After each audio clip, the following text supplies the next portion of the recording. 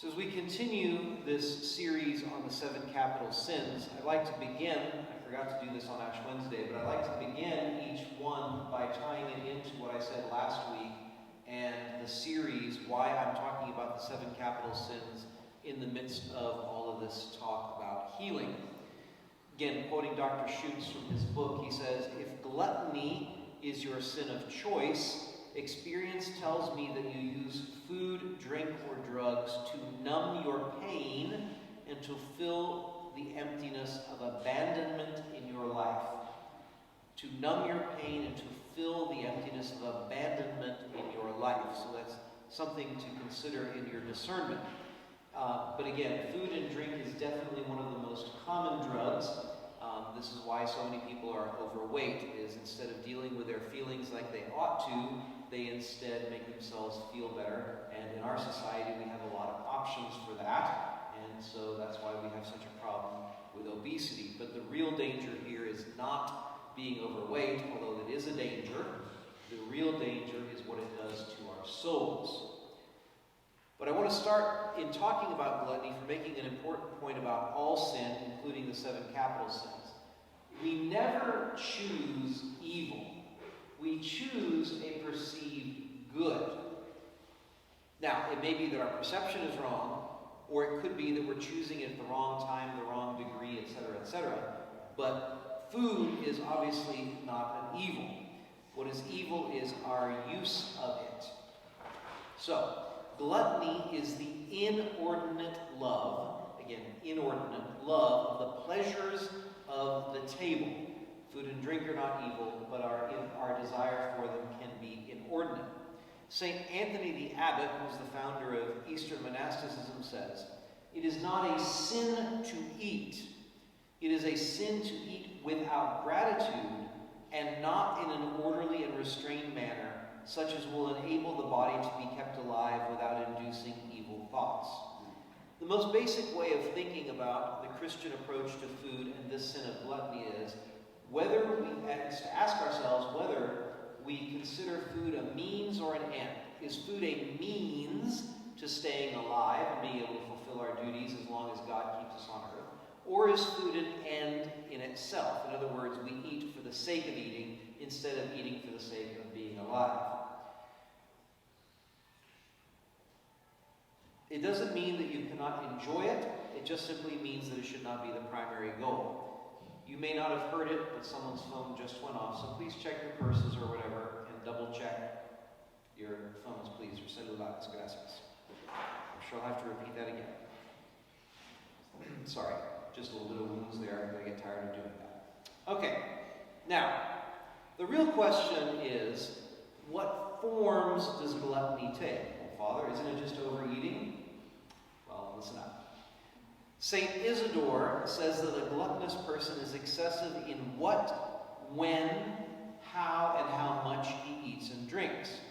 So we can sin if we eat too hastily by gulping our food, too sumptuously by demanding rich foods, excessively eating too much, too greedily, I want what I want when I want, or too daintily. It must be perfectly prepared. And obviously this eating too much also includes eating when not needed. Daintily might be the most common form of this, especially in our society, where it's very easy to have it our way because businesses are set up that the customer is always right. But the gluttons are not always right. Then I just want to emphasize that point just a little bit more in case I forget to do later. What I'm speaking about here is this had pickles on it. I didn't order it with pickles, and then you take it back and have them replace it. When you do that, that's going to get thrown away. If you are not deathly allergic to pickles, then you need to just eat them. Or bring someone with you to eat that enjoys eating everything. Okay? Now, if you're deathly allergic to shellfish and they bring you shellfish, please don't eat it. Okay? That's prudence. That's not gluttony. But we have to avoid the have it your way mentality. It's very simple. We have to avoid that. That is probably the most common and the greatest form of gluttony because of how it's so rooted in our own wills. And for those of you, I'm speaking somewhat to younger people, although not younger only, but I don't like it is not a reason not to eat what you're given to eat. Just do it. It's not going to kill you. As my mother always says, it's not poison. Okay?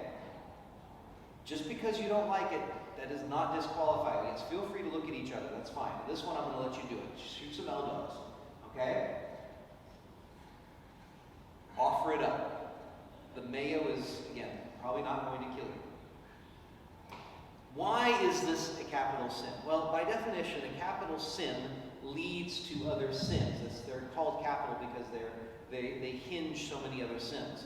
So, gluttony, for example, leads to injudiciousness of speech, levity of conduct. It dulls the mind, can lead to drunkenness and the use of other drugs and narcotics. It's not easy to study or pray after eating or drinking too much. Gluttony weakens the will and it fosters a spirit of laziness, sensuality, and impurity. So, what is the remedy then? There are two major remedies to gluttony. One is to cultivate what we might call a spiritual thirst, a spiritual versus an earthly hunger and thirst, desiring heavenly things, desiring Jesus more than we do the simple pleasures of this life. The other one, of course, is very simple, and that is fasting and mortification. Fasting is a form of, mortifications are those things that we do physically that makes us either uncomfortable or can be somewhat painful. They have to be very careful and be prudent in choosing those kinds, which teach our body that it is not in charge. Fasting is a form of physical mortification that involves food and drink, and we can fast in all of the ways that we can be gluttonous. So in other words, and this involves what we've talked about before about choosing Lenten penances, for example, that you can take your time and eat slower or perhaps with other people, like your family. You can eat simpler, more basic foods. You can eat less.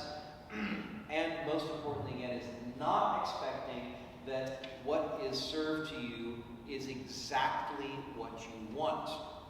St. Jose Maria Escrivá said that the day you leave the table without having made some form of mortification, you will have eaten like a pagan. So,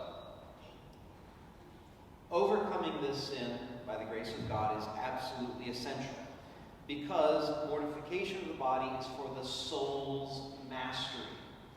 Because our weak flesh is constantly pulling us in the direction of sin, we have to teach our flesh no. More concretely, and I have to say this all the time in relation to purity, if you cannot say no to the cookie, or the beer, or whatever it is, then you will not be able to say no to sins of impurity. They're both bodily desires, and if you cannot say no to one, you will not be able to say no to the other. At the root of a lot of impurity in our society is the fact that we are gluttonous. We satisfy the flesh constantly. This is a constant battle, and it's going to end only after we take our last breath. The only other choice to fighting it is to surrender to the flesh, and that's only going to lead to eternal spiritual death.